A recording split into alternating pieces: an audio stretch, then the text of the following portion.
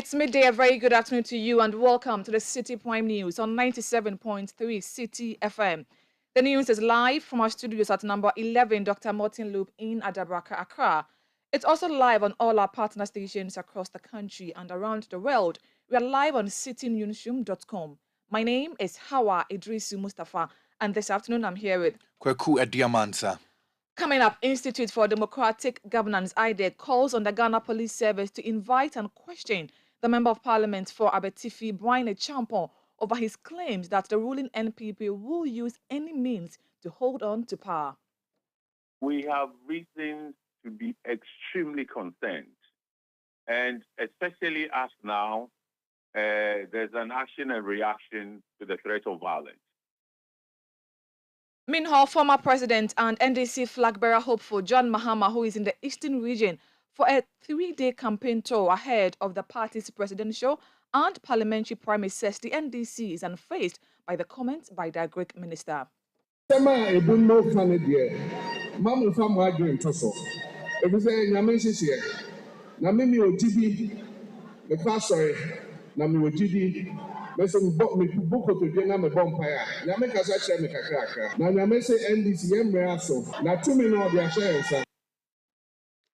Still ahead, 6 persons who attacked a police officer at Kumeru in the Ashanti region to be put before the Efijase District Court. And later, Ghana Water Company Limited direct all regional and district heads to lead a revenue mobilization exercise in a bid to retrieve over 800 million cedis currently in arrears. We are all out into the regions. This time, all the directors are into the various regions throughout the country. So some have gone to Upper West, Upper East, and to enable us collect our monies. And later, we'll bring you a report capturing all the exciting moments on this year's Citi FM and Citi TV's Easter Orphan Project, where 3 orphanages benefited from 60,000 Ghana cedis. We can't write the story of Basco without mentioning how vital Citi FM has been to Basco. All that and more on Citi Prime News, which is live on all affiliates across the country. Western Region, Ajunpa FM 100.7 in Takwa, Beach FM 105.5 in Takrade, Bono Region, Greener FM 95.9 in Sunyai, Ashanti Region, Ajunpa FM 99.9 in Nkarie, Volta Region, Heritage FM 107.3 in Hohoi, Freedom FM 88.1 in Sogakope, Northern Region, Radio Gaki 88.3 in Saboba, Upper East, Quality FM 88.7 in Garu, and Northeast Region. We are live on Nobia FM 98.1 in Nalerigo. Citi Prime News at 12 midday. Update you on all the running stories and connect you to the newsmakers.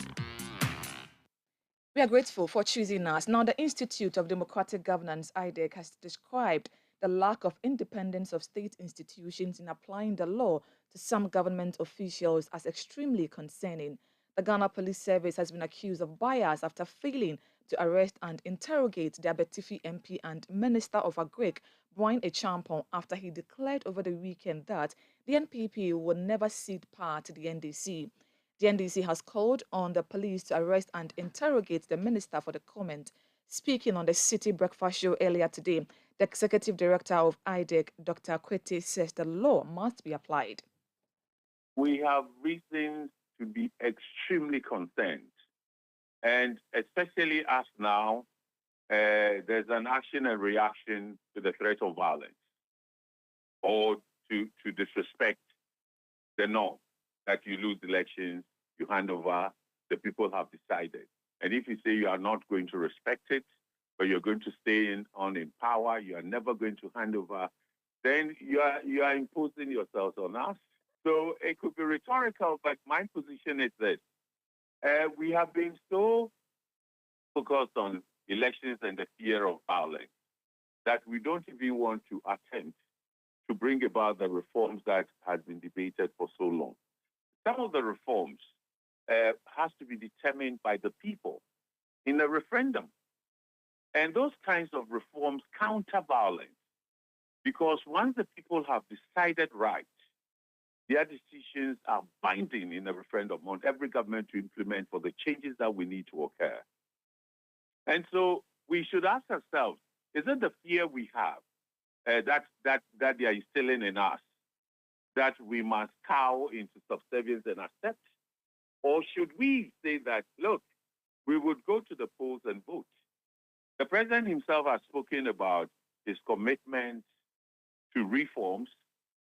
He wants to bring back the referendum and the reform of local government and so on and so forth, but a consensus ought to be built. Frankly speaking, from our analysis and observation, consensus has emerged in certain areas, but our minds are not on because we speak the language of review.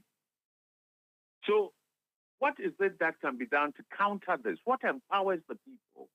I believe that we should also think about the things that if we did would even eradicate the threat.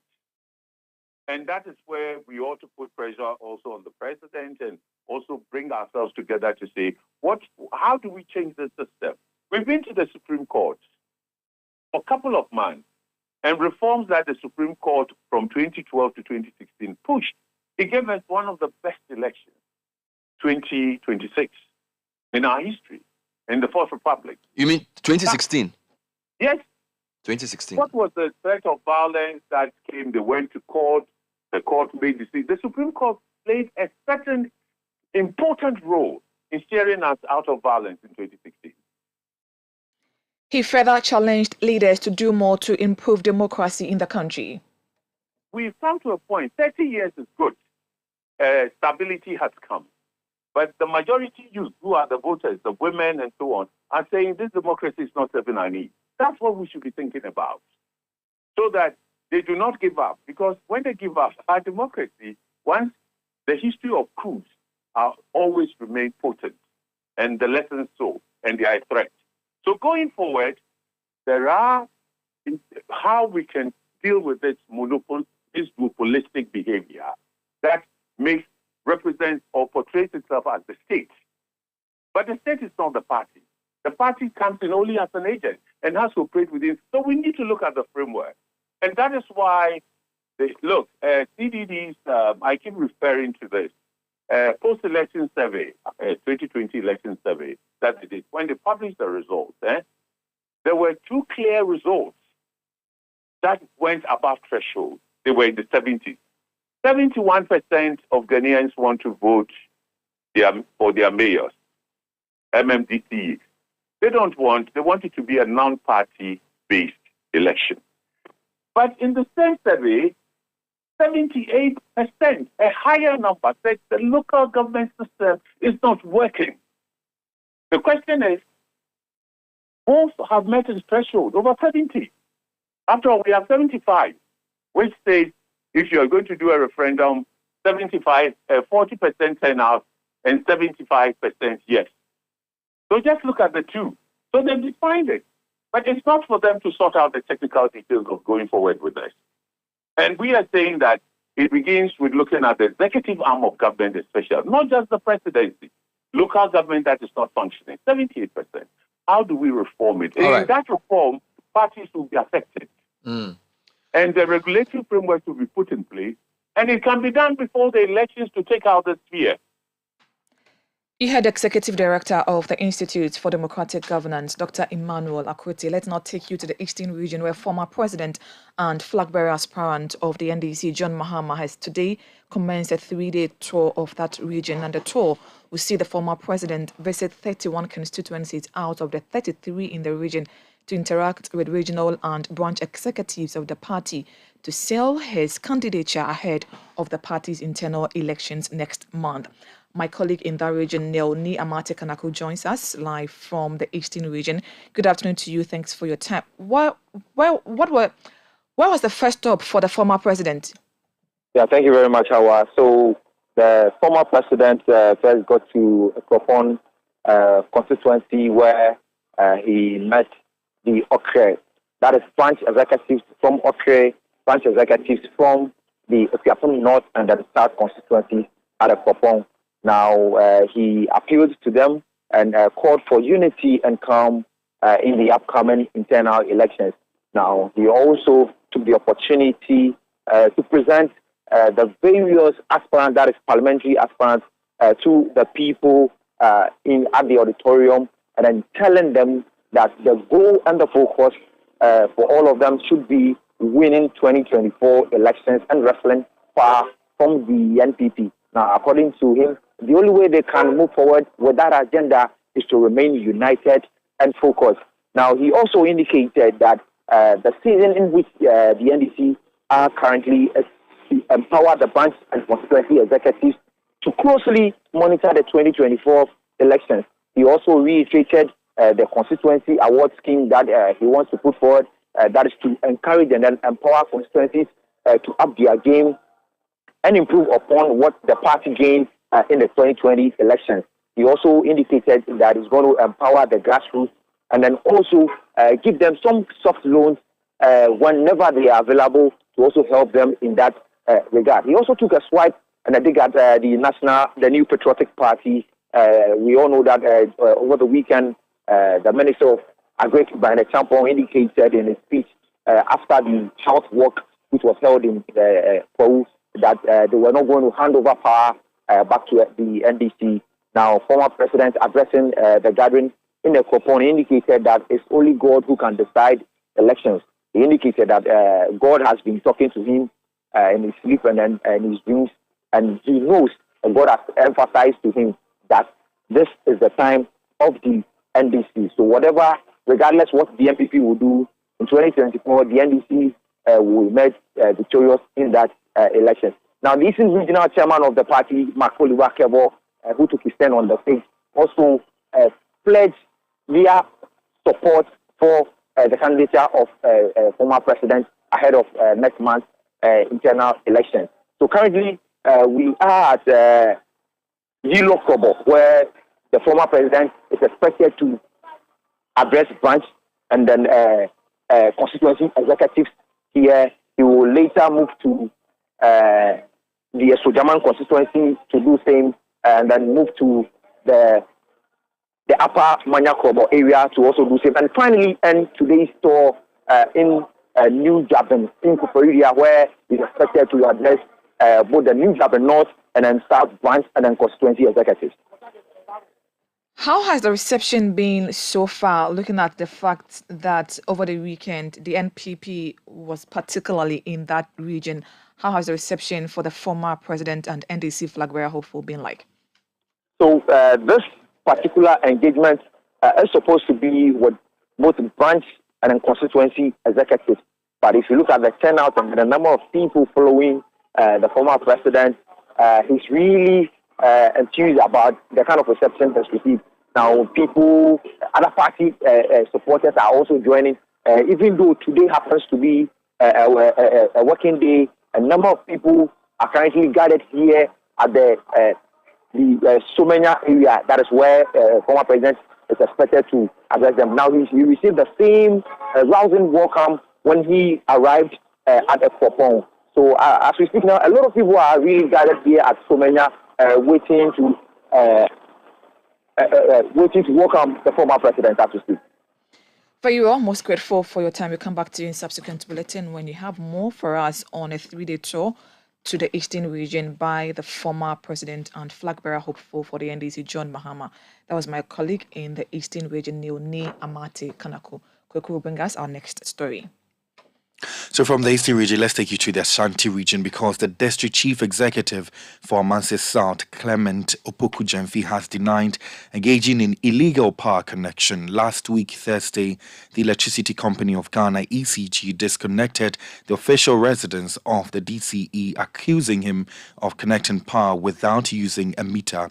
He said to have, without documentation, mounted poles running the power cables through an adjoining plot to his house on the blind side of the ECG. But after 6 days of living in darkness, the DCE tells Citi News that he has never tampered with any electricity cable at the official bungalow given to him. I have never and would ever and never engage in any illegal connection activity in relation to ECG power. No. The house in question now, it's the official bungalow for the district chief executive. And mind you, I don't pay the bills myself. So why will I even try to go and do illegal connection? So in the first place, that argument of me engaging in illegal connection, it's not true. It's not factual. That is false. But there is a history to this. On 21st March 2022, I was on radio, one of your sister stations in Kumasi. I was a panel on that radio, and as part of the topics to discuss, we had ECG in there. So when I took my turn to discuss the issues, I said expressly that ECG is not a serious company. And the reasons why I said ECG is not a serious company were that, one, they hardly would they bring bills. They will sit there for months. And in my district, sometimes 6, 7, 8 months before they will be distributing bills. And once they bring the bills, it becomes an accumulated bill on Thursday, and disconnected me because they said I've not paid bills and I owe them. How much do I owe to? They couldn't produce any bill to that effect.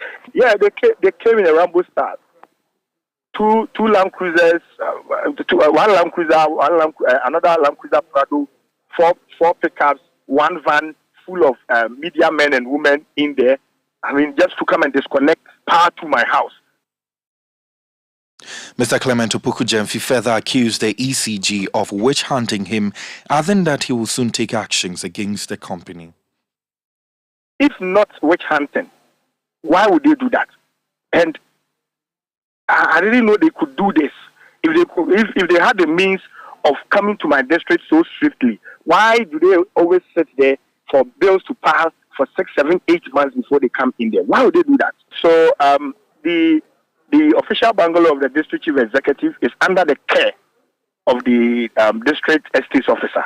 So he is in charge. That is not my private residence. So they will have to take the steps to ensure that I'm connected so that I can move back into the bungalow. Please. Since Thursday, I've been in darkness since Thursday. So you let me keep my cards close to my chest for now. The next line of action, the media will hear. So you heard that the district chief executive for Amansie South in the Ashanti region, Clement Opoku-Gyamfi. The Ghana Water Company Limited says all regional directors have been directed to lead the drive in its ongoing revenue mobilization exercise. The company has been on this move to retrieve debts owed it by the consuming public. Private companies, including UFresh Company Limited, have been disconnected for non-payment of 163,000 cedis. The company also retrieved 1.7 million cedis out of 3.4 million cedis owed. The communications manager for the Ghana Water Company Limited, Stanley Marty, urged the public to cooperate with their officers. So far, it's been good. We've taken advantage of the process to educate our customers, explain issues to them, and then for them to appreciate reasons why they should pay their bills and to pay them promptly. So everything is smoothly sailing, and we expect that we should be able to collect our money. Today, first day after Easter break, we are all out into the regions. This time, all the directors are into the various regions, some throughout the country. So some have gone to Upper West, Upper East, the Northern region, Ashanti region, Central region, and we are all out and to enable us collect our monies. We know that everything is moving on smoothly, and we are still checking on those who have paid and crediting the accounts. And so we know those who have paid and those who have been paid within this time. And we are urging everybody that if you are owing a GWCL, and you shouldn't wait for us to come to your premises before you pay.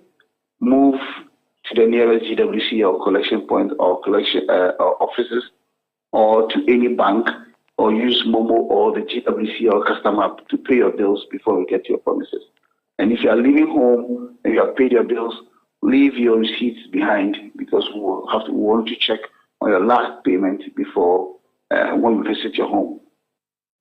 You had a communications manager for the Ghana Water Company Limited, Stanley Mate. You are still listening to the City Prime News on 97.3 Citi FM. My name is Hawa Idrisu Mustafa here with Kweku Idriama and still to come. We take you to the Ashanti region where some 6 persons who attacked a police officer at Kumewu are expected to be put before the Ifijase District Court. We have details coming up shortly. Please stay with us. City Prime News at 12 midday. Update you on all the running stories and connect you to the newsmakers. Resurrect your love for shopping at the Kitia Victory Sale happening inside Kitia Mall. Get up to 30% off selected items from our wide variety of furniture and home accessories and leave feeling glorious. Explore our furniture universes and be spoiled for choice. There's a perfect item for your home on every corner. The sale runs till the 16th of April, so visit us on the Spintex Road and enjoy shopping at a discount this Easter. City Prime News at 12 midday. Update you on all the running stories and connect you to the newsmakers. You're welcome back. Now, Finance Minister Ken Ofori-Atta has expressed hope that Ghana's bilateral creditors will agree to debt relief to enable the country get the IMF $3 billion balance of payment support. Mr. Ofori-Atta made this known in an interview with international news agency, the Financial Times, as he's out of the country, leading a team into a series of meetings as part of efforts towards securing an IMF deal. Michael Obodu has more. The bilateral creditors are set to meet today to discuss providing enough relief to restructure Ghana's $58 billion worth of debt. Ghana currently owes $5.5 billion to foreign governments and their state banks, with $1.9 billion of that owed to China, which is not a member of the Paris Club. A commitment from the bilateral creditors to provide debt relief is typically the first step to unlocking an IMF-backed restructuring program. The French Treasury, which hosts the Paris Club, said the group is doing everything to reach an agreement on the commitments required. A breakthrough in Ghana's debt talks could raise hopes for faster workouts in the restructuring of other countries' debt in the future. Meanwhile, the IMF's managing director, Kristalina Georgieva, has called on wealthier nations to support weaker economies, including Ghana, by making it easier for vulnerable countries to restructure their debts. This plea was made ahead of the IMF and World Bank spring meetings in Washington, where Georgieva emphasized the need to minimize the impact of debt crisis on people's lives and livelihoods. That was a news desk report by Michael Obodu. In more stories, the General Secretary of the People's National Convention, PNC, Janet Nabila, has described as ridiculous comments made by the former national organizer of the New Patriotic Party, Samir Uku, that smaller parties should operate as pressure groups. Mr. Uku, in a media interview, says that smaller political parties should cease to operate in the country. But speaking to City News, Janet Nabila says his comments contravenes the Constitution of Ghana, which allows for a multi-party democracy.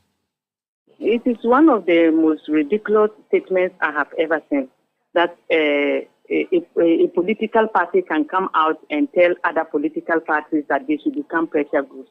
Like what? It's not the smaller political parties that he's insulting.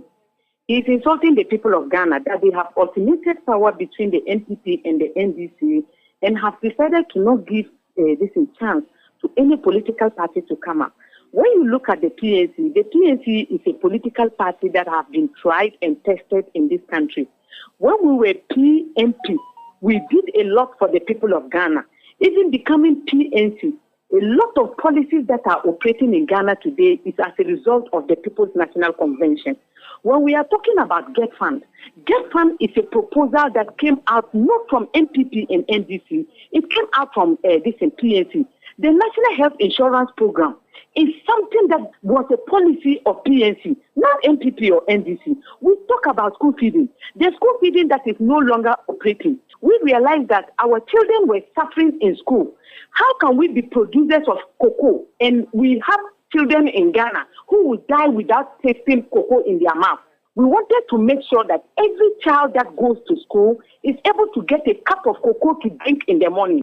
In the afternoon, any food the child should eat, there should be a drumstick of chicken for the child to take, because a lot of children were malnourished. That is the reason why we came out with the policy of school feeding. Now it's being operated out of the way we wanted it to operate. So if somebody is talking about this, I would say that the person is talking out of ignorance. Because when we talk of about political parties, it's not about just being in power and being voted for, but it's also about the policies that have come out of the party and how people are how those policies are helping the people of Ghana. But we are living in a multi-party democracy.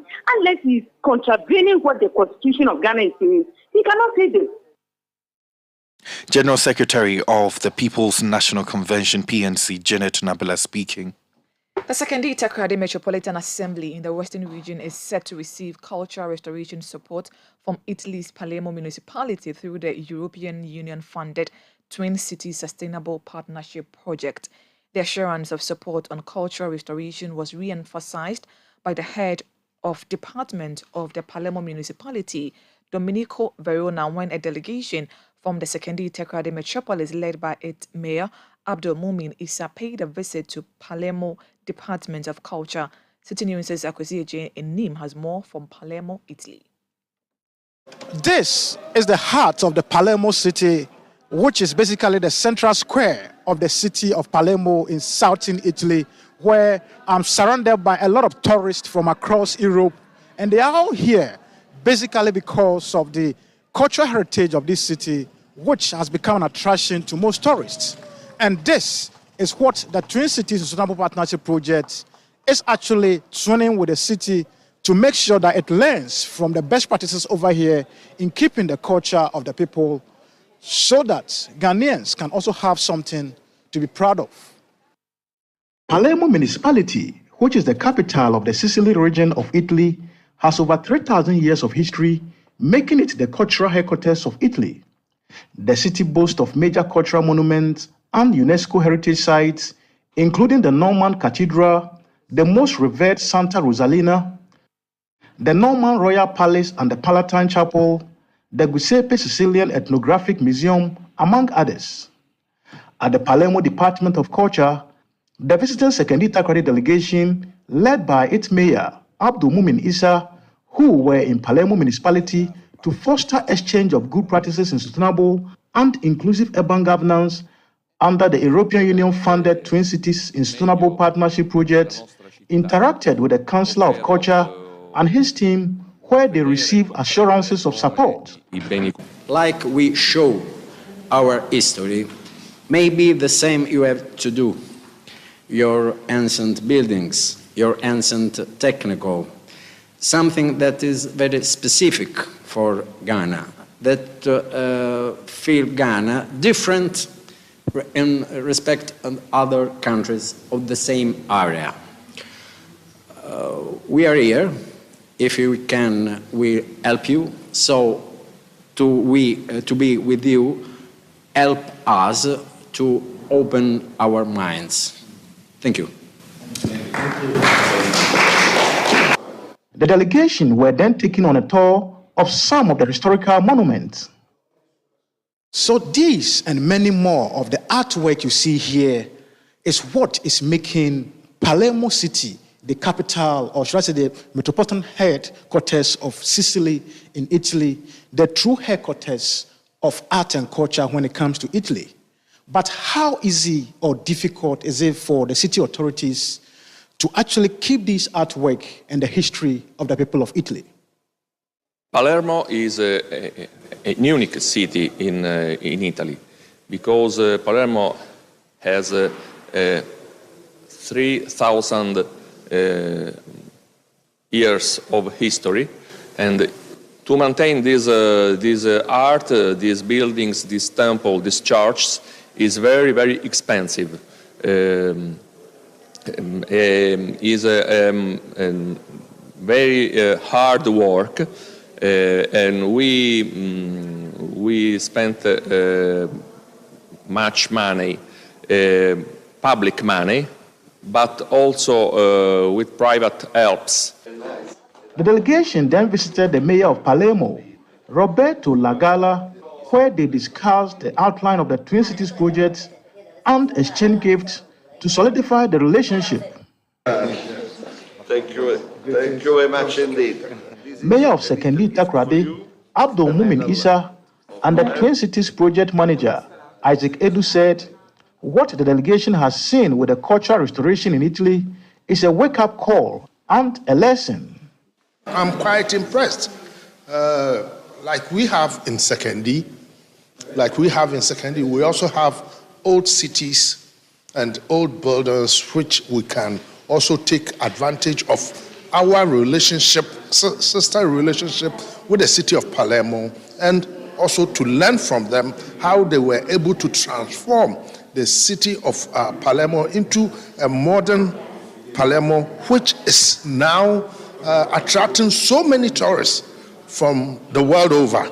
And I believe if we are able to do this in Sekondi and part of Takoradi, which are old buildings like it used to be here, I believe we're also going to go a long way to create some tourism attraction in the city of Sekondi, especially the European town. The other aspect is about the business, and we are very happy to come with the Sekondi Takoradi Chamber of Commerce, having a relationship with the Chamber of Commerce of Palermo, where going forward an MOU will be established. We even have extensive discussion for us to have an exchange, business exchange expo, which we are looking in the future.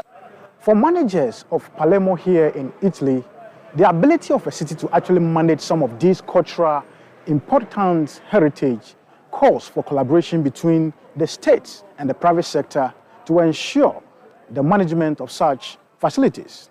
For Citi News, I'm Akose Jenim, Palermo in Italy.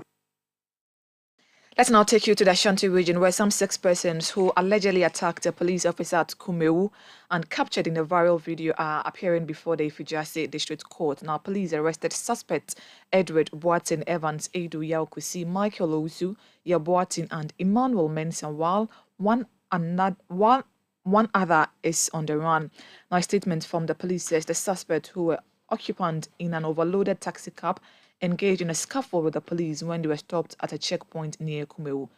Let's go on the lines and speak to our Ashanti regional correspondent, Hafiz Tijani. Hafiz, good afternoon to you. Thanks for your time. Has the court ended sitting? Yes, the court ended sitting a while ago, and the judge granted bail to these persons. So actually, police presented 7 persons in court today, and one other person, we are told, is on admission. When the scaffold happened, he sustained some injuries and he's on admission at the hospital. And the police officer in question is also on admission at the Jabin Hospital. And the counsel for the 6 persons who were in court.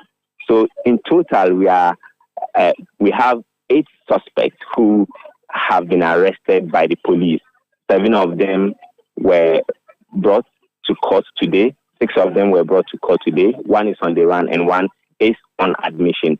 So the counsel for the 6 persons, the 6 accused persons, prayed the court to grant them bail since he quoted some laws, including offenses. All offenses are now bailable, and that the court should consider his client because they are not flight risks. They are persons who are known in the community. All of them are residents in Ifijase. They are persons who are known in the community, and whenever they are being looked for, the police can find them. But the police was insisting that they need these persons in their custody so that they can assist them in their investigations, and that should they be granted bail, they can tamper with the investigations by the police. And the judge also came in and said that, yes, the police has the right to request these pleas from the court, and that he views the issue that if civilians are engaged in attacking police officers, where lies the security of the citizenry, including himself as the judge. He says that though the case just started, but should the case travel and investigations are completed and everything is done, and it is clear that these persons really attacked the police officer, then he is going to deal with them, because this must not be allowed to continue. Then he went further to say that despite the conduct of the civilians not being tolerated as attacking uniformed or a public officer, he is also of the view that their freedom must be respected and that they have to be granted bail so that they can assist the police in investigation. So each of the 6 accused persons have been granted 10,000 Ghana cedis each bail with one surety. So now processes are underway to work out the bail conditions. And counsel for the accused person says that he would ensure that each time the police is looking for these accused persons, they can. He would ensure that they avail themselves to the police so that police can continue their investigation. But a lot of relatives have come here and they are challenging the facts presented to the court by the police. They insist that this police officer, or they are claiming that the police officer in question has been harassing these persons who usually go on hunting and they get something from their hunting expeditions, and that each time they reach the checkpoint, the police officer demand they give him part of what they found during hunting. And usually they do that, but it was on that day that they resisted and the police officer was not happy, and that resulted in the scuffle. And the relatives are also saying that they wait patiently until the court determine the matter so they will know where the truth lies. Vayo, what were the demeanor of the suspects as the court granted them bail? Looking at the number of people who had thronged the court to witness this particular case. Well, at the start of the case, being there, you could hear some murmuring from some of the relatives who were challenging the facts being read by the police to the court openly.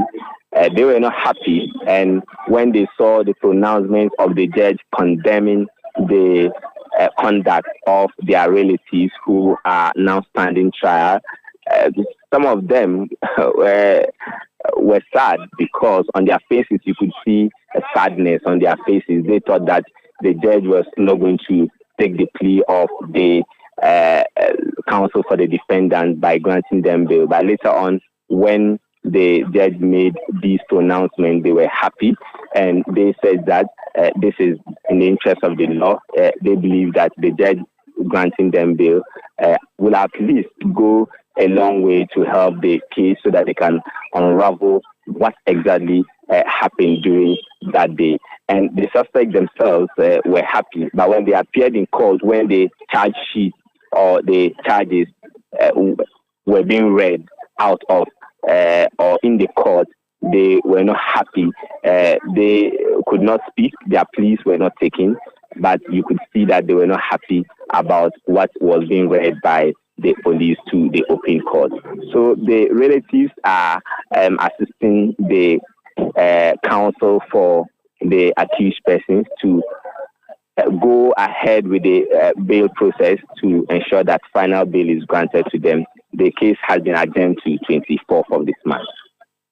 For you, are grateful for your time. That was our colleague in the Ashanti region, Hafiz Tijani, bringing us up to speed on a case where some 6 persons who attacked a police officer at Kumewu in the Ashanti region were this morning put before the Fijase District Court. Now the case, the suspects were granted bail and they're supposed to reappear in court on the 24th of April. This is still the City Prime News on 97.3 Citi FM. Still to come, we'll bring you a report capturing all the exciting moments on this year's Citi FM and Citi TV's Easter Orphan Project, where 3 orphanages across the country benefited from 60,000 Ghana cedis cash and other items. Please stay tuned. Citi Prime News at 12 midday. Update you on all the running stories and connect you to the newsmakers. 1xBet. Easy betting, easy winning. 1xBet, reliable bookmaker that offers you a huge range of bonuses, great odds, and many chances to win. Register now on 1xBet.com.gh and use promo code PLAY1 to get 300% bonus up to 3,445 Ghana cedis on your first deposit. 1xBet gives you more. Gambling can be addictive. Bet responsibly. Not for person under 18 years. This advertisement has been vetted and approved by the Gaming Commission. Let's spend Easter together. This Easter holidays, whatever you do, make sure you spend the break with DSTV. That's right. It's time to kick back, relax with all the action and the drama from the Premier League and all our great football content. Bring on the laughter and the fun with the best holiday entertainment in Africa with brand new blockbusters and series and the freshest entertainment for kids. Get your decoder today for just 269 Ghana cedis. Renew your subscription using *759#. DSTV, it's your moment. Citi Prime News at 12 midday. Update you on all the running stories and connect you to the newsmakers. You're welcome back. The Center for Settlement Studies at the Kwame Nkrumah University of Science and Technology in Kumasi is predicting another June 3-like disaster in Ghana if concrete measures are not taken to tackle flooding. Head of the department, Professor Divine Ahaji, says the country's inability in addressing housing needs and the flooding situation makes it a target for another disaster. There is more in the following report by Citi News' Bureau Chief for the Middle Belt, Edward Opomafo. Ghana's housing challenges are enormous. The situation keeps getting worse as no concrete measures have been put in place to comprehensively address it. For researchers in the area of settlement studies, policymakers will have to come up with plans on properly tackling the housing deficit in the country. Citing researches being done at his inaugural professorial lecture at KNUST, the head of the Center for Settlement Studies at the university, Professor Divine Ahaji, who described Ghana as a failed state in terms of housing, challenged politicians to design strategies to address the issue. It's high time Ghana admits that based on the situation, we are a failed society through housing. From the year 2010, a country like South Africa, in 2015 to 2018, 3 years, built 580,000 houses. Angola made an effort, 2011 to 2016, to build 70,000 houses. Malaysia, whom we have many similarities with, and the same population, in their Vision 2020, had a program with the private sector, and their position was to build about 800,000 houses. They actually exceeded by building 859,480. I don't know whether you have ever heard in this country whether Ghana government or the state has had any concrete program with, let's say, Ghana Real Estate Development Association, that they should give us 500,000 houses. These are our competitors, and this is the level that they are operating at. And look at Ghana. From the year 2010 to 2020, if I am to ask you, the housing government has supplied, maybe you have your own data, but we all know that the affordable housing started in 2004, and it took 20 years, and that was only 5,000. Now we also have Saglemi, also going 2 states. And I think in the run-up to the 2024 elections, we need to ask the politicians to tell us what is the philosophy of housing in Ghana and what is the welfare position of Ghana. And then the right to housing must be considered for inclusion into the constitution. He says studies conducted in many communities in Ghana show that a major housing challenge people are facing is access to funds to get decent spaces. He's thus advocating for policymakers to design affordable housing schemes that purposefully target the vulnerable who in actual sense cannot afford decent houses.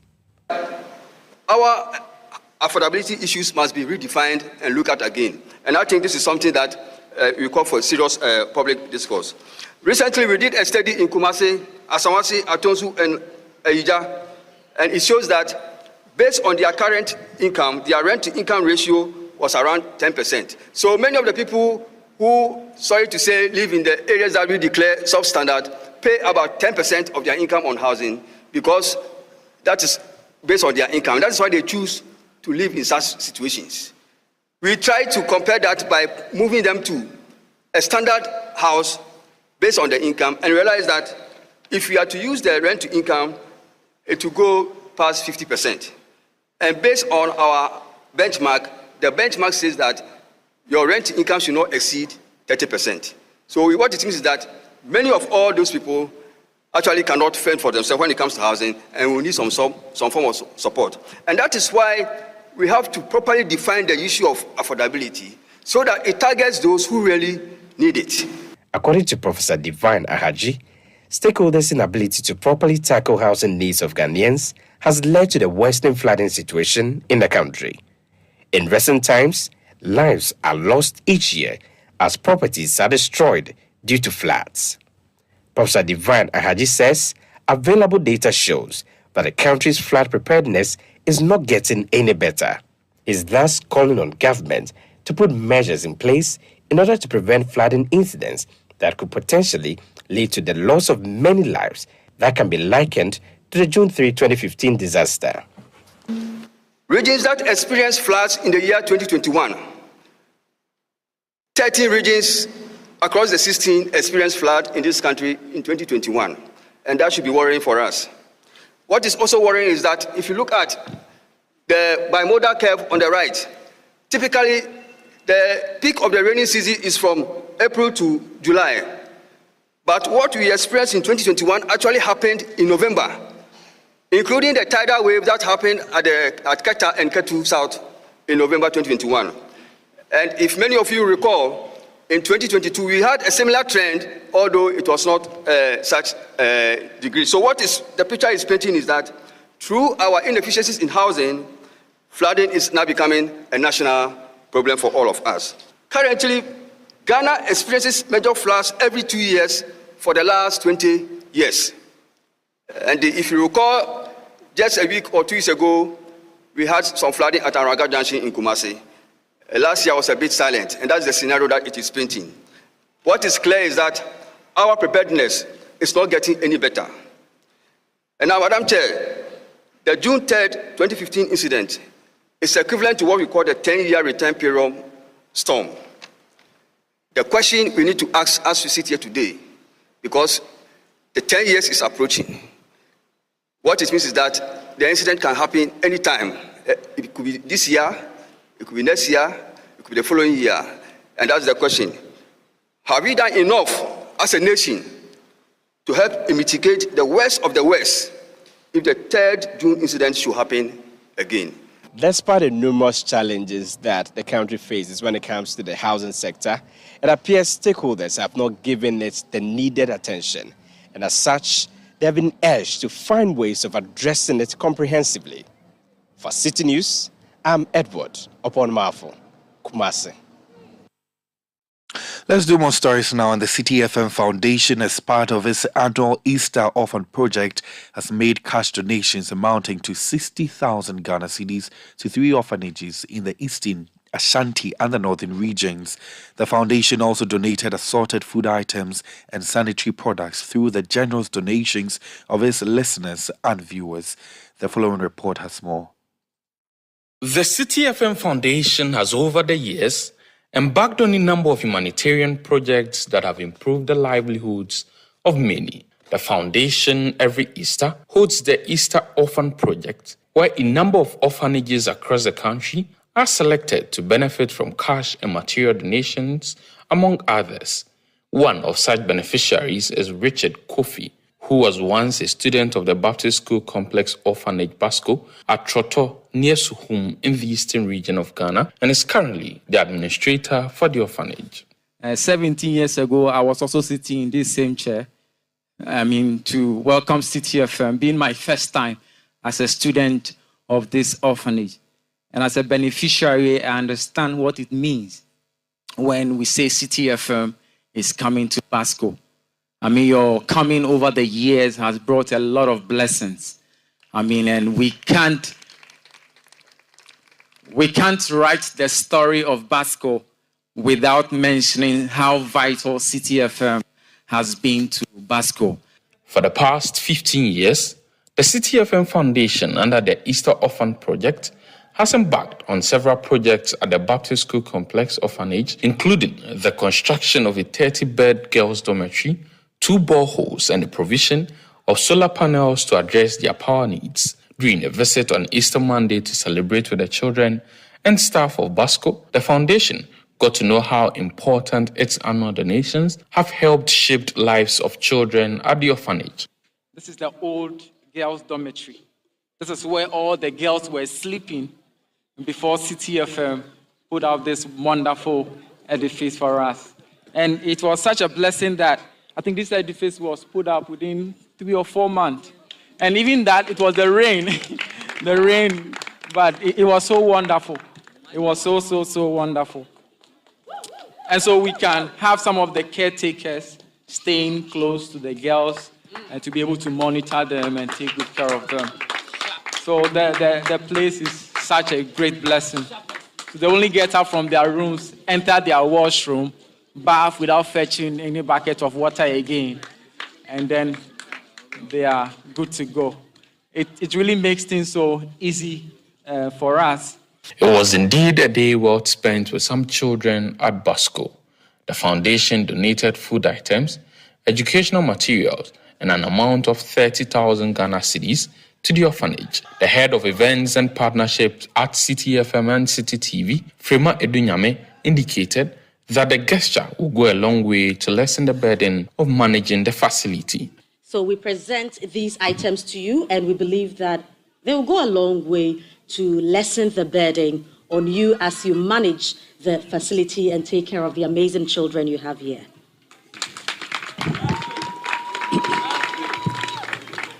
Thank you, Citi FM and Citi TV, and all your listeners and viewers. This year being the 17th year whereby you pass through this unconstructed road and came here to donate to this school and to see that the school match with other schools in the country. We can say now we have all these people helping, doing very well in the society, that they are not going to be liability to the society, but they are going to also help and give their best to society. Citi FM, I always say that your coming here has opened the place. And even when you are not here, people come here in your name. And that alone is a blessing unto this facility. The director of the Baptist School Complex Orphanage, Reverend Victor Ofori Amwa, however, pledged to use the donated items judiciously. Our listeners and our viewers have asked us to do a work for them. So on behalf of the management, the managing director, all the staff of Citi FM, Citi TV, we also present to you this 30,000 Ghana cedis.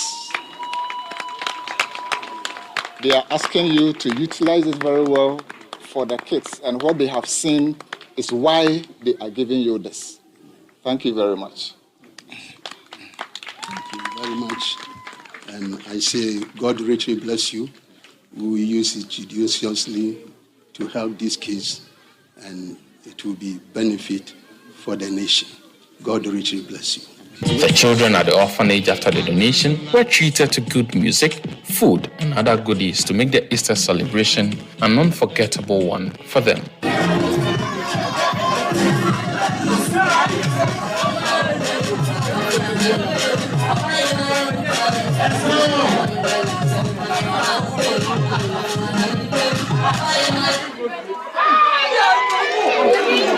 Fun activities, including a drama on the crucifixion of Jesus Christ, was acted out. In the Ashanti region, the team donated 20,000 Ghana cedis to the King Jesus Charity Home at Bwedi. The children were also treated to good entertainment by staff of Citi FM and Citi TV.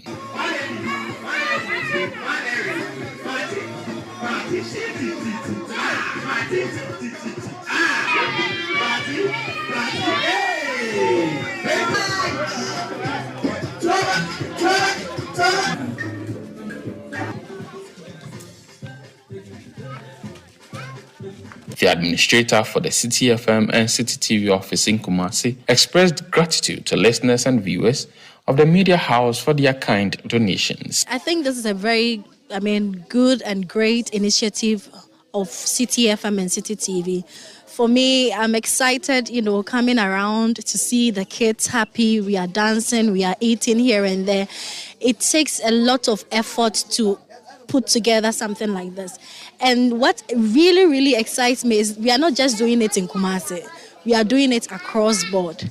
So on behalf of Citi FM and Citi TV, we would like to say a very big thank you to all our donors, our sponsors, our listeners. Without you, we can't put up such a great initiative.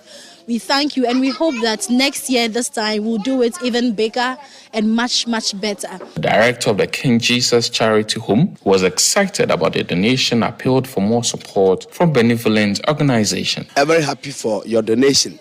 We have received a lot of things, items, like rice, oil, tea roll, soap, books, things that I cannot mention. You can see it from here. Yes, it's a lot of things, and we are very, very happy for that. It's going to help us, because at this moment of time, it's very hard for people to attend with this set of donation. So as the Citi TV and FM are doing, you are doing a very good job. Meanwhile, in the northern region, the Tamale Children's Home received 10,000 Ghana cedis from the Citi FM Foundation. On behalf of Citi FM Foundation, our listeners, our viewers, we present these items to you to run the home.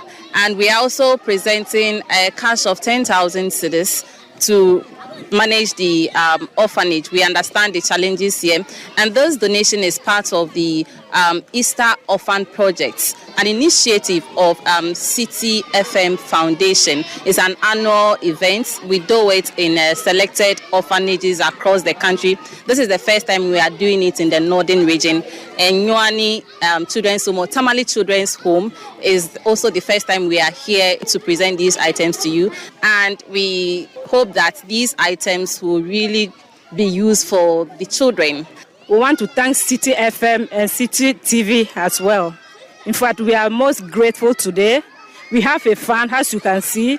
We are so happy. This is our first time of seeing a greater happiness like this, though they come every year to celebrate with us, but not like this. So we are so happy, and we say, may God bless Citi FM and Citi TV. May God bless you and lift their works higher and higher, so that the project people have started, may it increase and go the whole wide world. Thank you so much. We are so grateful this morning. God bless you all. And please, let me also add this.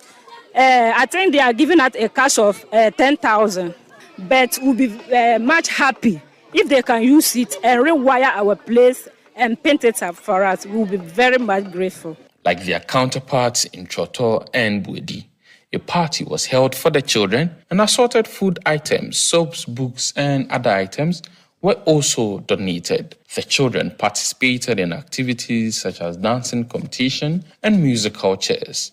The children in Tamale, who were grateful for the gesture, couldn't hide their joy. God bless you. Amen. And give you long life, prosperity, and good health. Amen. Amen. Okay, what do you have to say to Citi TV and Citi FM and our viewers and listeners? God bless you. Amen. And give you long life, prosperity, and give you. Amen. The Eastern Orphan Project is made possible every year due to the kind donations from viewers and listeners of Citi FM and Citi TV. So you had there a wrap of the 2023 edition of Citi FM's Foundation Annual Easter Orphan Project. And that's how we end today's edition of the Citi Prime News, which has been live from our studios in Adabraka, Accra. Please log on to citinewsroom.com for more stories. My name is Hawa Idrisu Mustafa, and I was here with Kweku Ediamansa. Michael Obodu is up next with the afternoon's edition of Citi Business News. Many thanks for your company, and you have a great afternoon.